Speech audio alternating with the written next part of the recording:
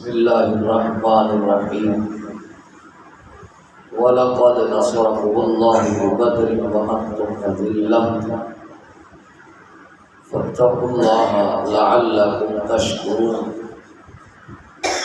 صدق الله مولانا العظيم۔ حضرات ذی وقار، اللہ کے فضل حضور علیہ السلام کی نظر رحمت سے مجھے اور آپ کو نماز باجماعت ادا کرنے سے نوازا گیا۔ اللہ پاک مسلم کی حاضری کو درجہ قبولیت عطا فرمائے۔ آج رمضان مبارک کی 17 تاریخ ہے۔ رمضان مبارک کی 17 تاریخ کو اسلام اور کفر کا سن 2 ہجری میں پہلا معرکہ ہوا تھا۔ ہوا کچھ یوں کہ جب نبی کریم صلی اللہ علیہ وسلم اور سرکار کے اصحاب مکہ سے ہجرت فرما کے مدینہ شریف تشریف لے آئے تو اللہ نے وہاں پہ اسلام کو بہت زیادہ جلد عروج بخشا۔ جو ہوتا ہے نا دشمن، اس سے بندہ دور بھی چلا جائے نا، اور اس سے دور جانے کی وجہ سے بندے کو کچھ فائدہ مل جائے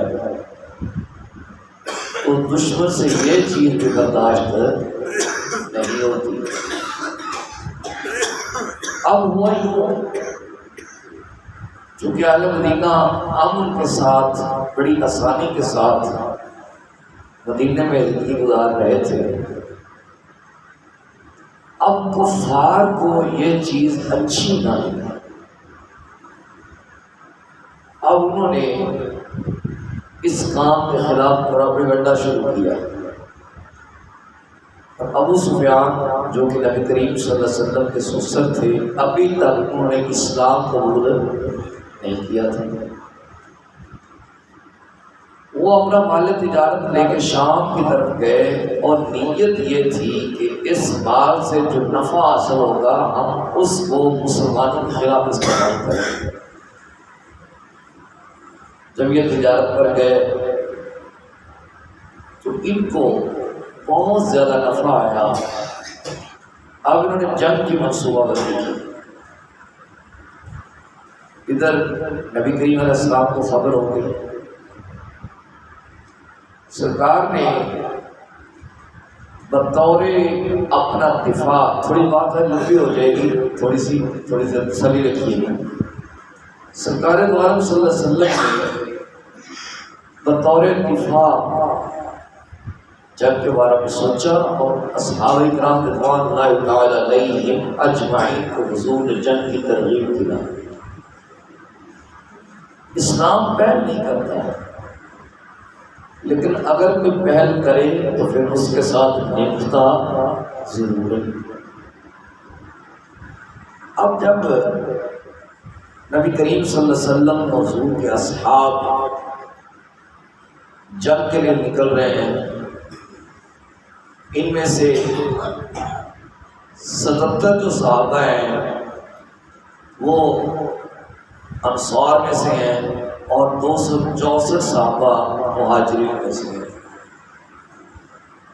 اب یہ سارا قافلہ نبی کریم صلی اللہ علیہ وسلم کے زیر قیادت چیف آف آرمی اسٹاف حضور تھے۔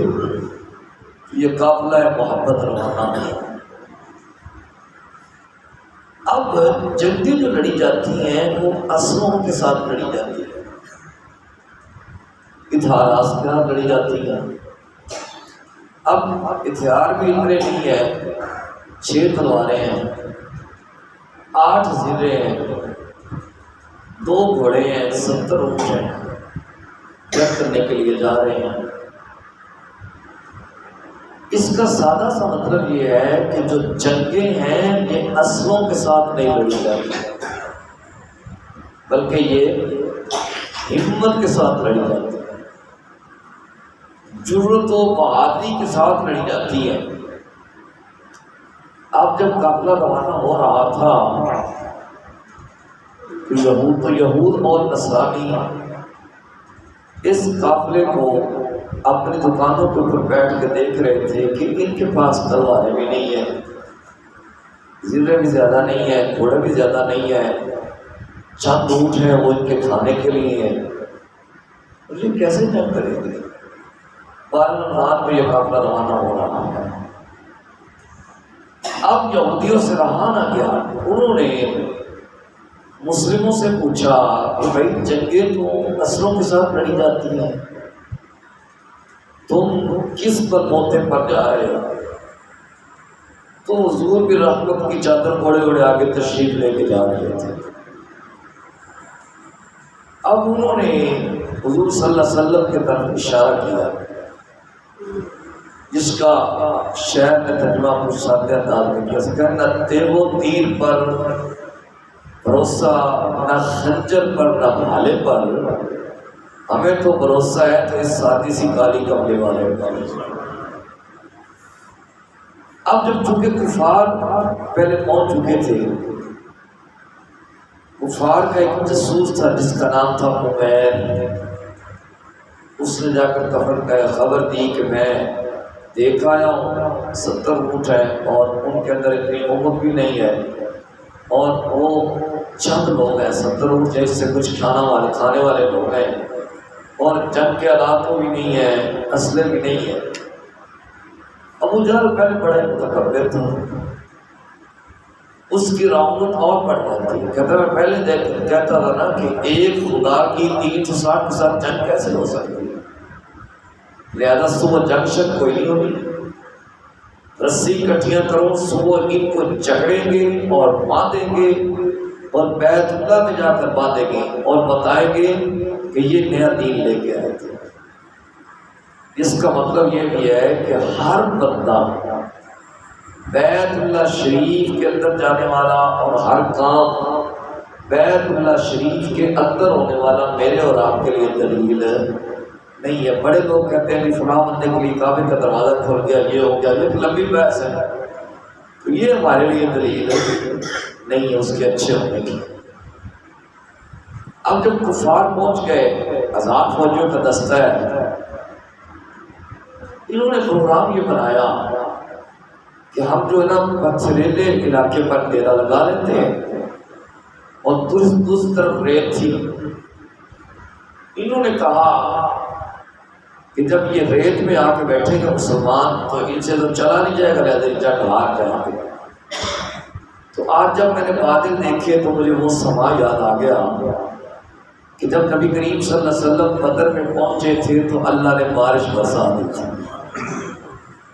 اب جو پتھریلی زمین تھی اس پہ پھسلن ہو گئی اور جو ریت تھی وہ جم گئی، رستہ بڑا خوبصورت ہو گیا، اور کچھ جو چھوٹے چھوٹے گرے تھے ان کے اندر پانی بھی جمع ہو گیا کہ جس کے ساتھ یہ اپنے جانوروں کو پانی پلا سکا۔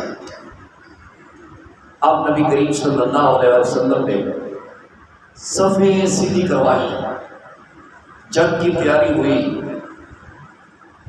پھر اب جب جنگ شروع ہوئی نا تو نبی کریم صلی اللہ علیہ وسلم نے ایک لمبا سجدہ فرمایا اور حضور نے اس کے اندر یہ دعا فرمائی، بڑی نخرے والی دعا، بڑے ناز والی دعا۔ اس سے پتہ چلتا ہے کہ شان محبوبیت کیا ہے۔ حضور صلی اللہ علیہ وسلم نے اللہ کی بارگاہ میں عرض کی، اللہم ان تہلک ہذہ الاصحاب لم تعبد فی الارض ابدا۔ صدیق اکبر فرماتے ہیں کہ حضور کا دعا کرنے کا انداز یہ تھا کہ جب حضور صلی اللہ علیہ وسلم سجدہ کر رہے تھے سرکار کے کندھوں سے چادر سر کے پیٹھ پر آئی، پھر نیچے آئی، کہتا میں پھر اوپر کرتا اور میں کہتا حسبک یا رسول اللہ، حضور اللہ کافی ہے، حضور بس کیجئے، اللہ کافی ہے۔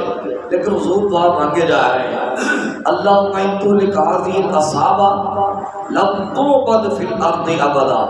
اے اللہ میں نہیں کہتا یہ جو 313 لے کے آیا ہوں تو ان کو بچا لے، میں نہیں کہتا، میں نہیں کرتا، لیکن اگر یاد رکھ یہ نہ رہے تو قیامت تک تجھے بھی رب کوئی نہیں کہے گا۔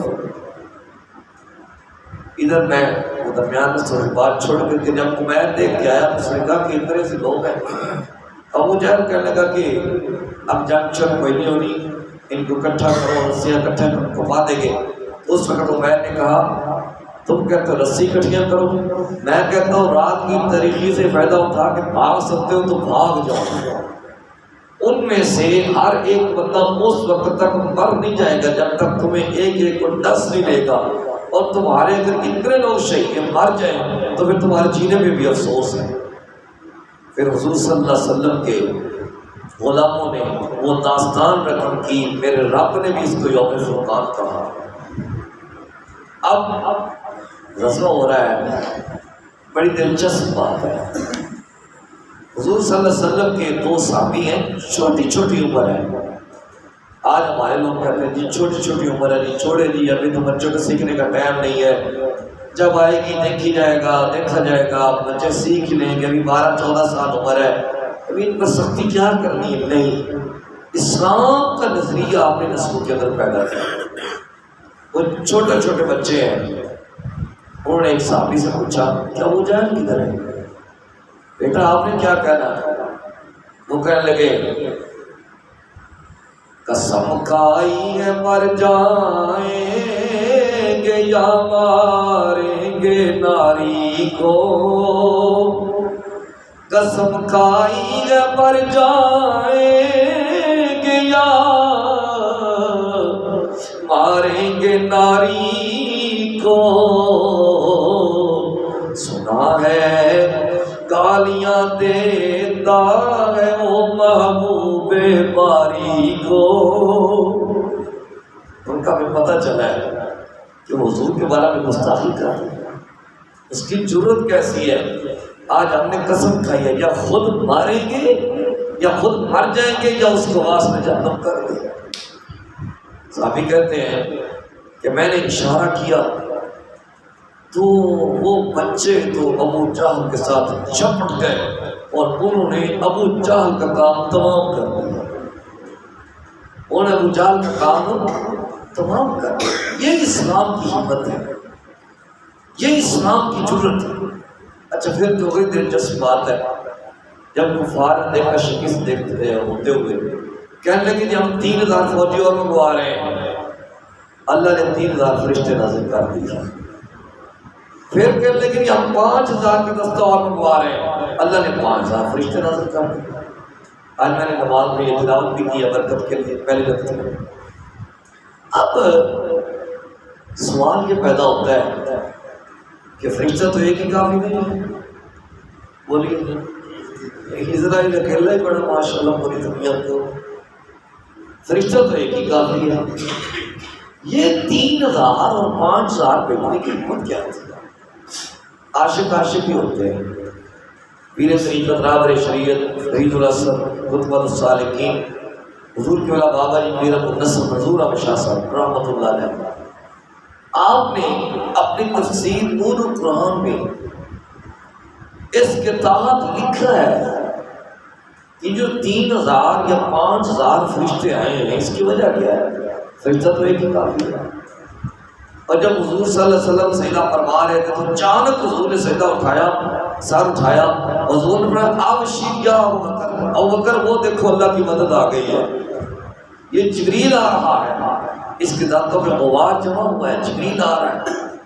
سچو 3000 یا 5000 اور فلسفہ ہے، اس کی حکمت کیا ہے؟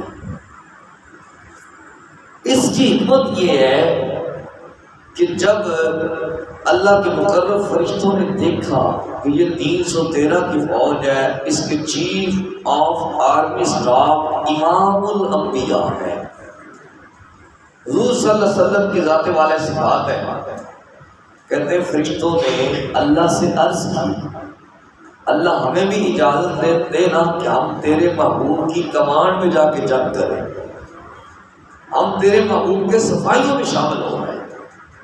یہ وجہ تھی۔ پھر اللہ نے اسلام کو فتح تھا، پھر بعد میں سارے معاملات ہوئے، کچھ لوگ ان کے مارے گئے، 70 مارے گئے، 70 کو قیدی بنا دیا، باقی بھاگ گئے۔ اس دل بندے کا کام یہی ہوتا ہے، جب کوئی چیز نہ ملے تو پھر یا تو الزام تراشی کرتا ہے یا بھاگ جاتا ہے، بس تیسرا اس کا کوئی حل نہیں ہوتا۔ پھر حضور صلی اللہ علیہ وسلم کی رحمت دیکھیں، جب حضور نے ان کو قیدی کیا تو ان کے اندر حضور کے چچا حضرت عباس بھی تھے جنہوں نے ابھی تک اسلام قبول نہیں کیا تھا۔ اچھا، ان کو بڑی سختی کے ساتھ باندھا گیا، جکڑا گیا، آپ اور تو نہیں ہو رہے، جکڑا گیا، ان کو باندھا گیا۔ کیسا محبوب غریب ہے، کافر ہے، ماننے والے نہیں ہیں، لیکن حضور فرماتے ہیں ان کے اندر میرا چچا بھی موجود ہے، مجھے تکلیف ہوتی ہے ان کی رسی ذرا وہ تھوڑی سی نا نارمل کر دیں، ڈھیلی کر دیں گے۔ اب رسی ڈھیلیاں کر دی گئی۔ اب حضور صلی اللہ علیہ وسلم بھائی جو فدیہ دینا چاہے فدیہ دے کے چلا جائے۔ تو حضرت عباس جو اس وقت نہیں تھے، حضرت عباس وہ کہنے لگے محمد صلی اللہ علیہ وسلم میرے پاس تو کچھ بھی نہیں ہے۔ یہاں بڑی دلچسپ بات ہے، اور علم غیب کسے کہتے ہیں؟ حضور صلی اللہ علیہ وسلم نے فرمایا چچا جو آتے ہوئے میری چاچی کو تو انگوٹھی دے کے آیا تھا تو وہی دے دو۔ عباس کہنے لگے کہ جب میں نے آپ کی چچی سے یہ بات کی تھی، یا میں تھا یا آپ کی چاچی تھی، اور کوئی تیسرا نہیں تھا، لہذا میں اعلان کرتا ہوں تو اللہ کا سچا نبی ہے اور میں پھر تم پر ایمان لاتا ہوں۔ ٹھیک ہے، یہ غزوہ بدر کے ثمرات جو اللہ نے اسلام کو پہلی فتح کرتا ہے۔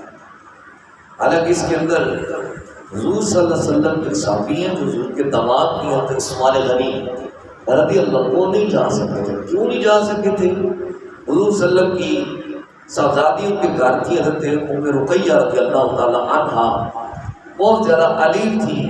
یارو آج ہم چھوٹی چھوٹی بات کی پرواہ کرتے ہیں، چھوٹی چھوٹی بات پہ ہم پتہ نہیں کیا سے کیا کر دیتے ہیں، ہمیں پھر کوئی اسلام یاد ہی نہیں رہتا، ہمیں کو پتہ ہی نہیں ہوتا کہ میں یہ غلط کر رہا ہوں یا صحیح کر رہا ہوں۔ جب حضور صلی اللہ علیہ وسلم جنگ بدر کے لیے تشریف لے گئے تھے تو صحابہ کہتے ہیں ہم واپسی ہے تو ہم نے کیا دیکھا کہ قبرستان میں رش لگا ہوا ہے۔ صحابہ کہتے ہیں ہم نے گمان کیا کہ حضور کی صاحبزادی کا انتقال ہو چکا ہے، اور واقعہ تھا نہیں ایسا ہوتا۔ حضور صلی اللہ علیہ وسلم کو پتہ بھی تھا کہ میری بات میرے جانے کا میری بیٹی کا انتقال ہو جانا ہے، لیکن حضور صلی اللہ علیہ وسلم نے اس کی بھی پرواہ نہ فرمائی، صرف امت کو رائے حق پہ لا دیا۔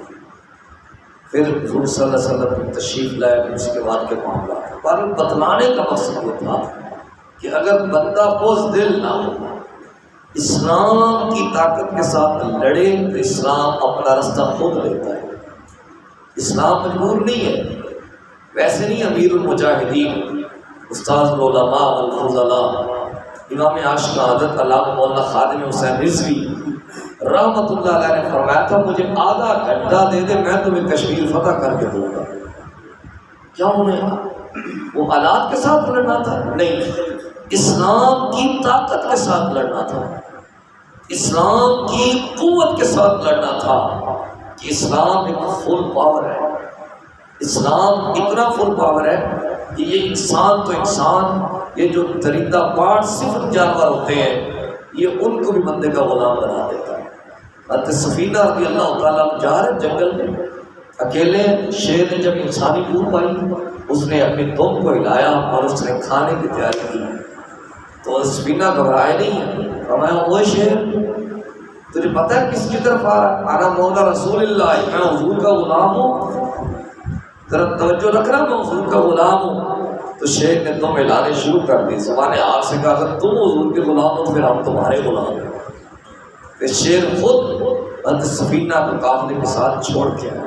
تو اسلام اپنی پاور خود رکھتا ہے، اسلام مجبور نہیں ہے، اسلام کمزور نہیں ہے، لیکن اسلام کمزور کب ہوتا ہے؟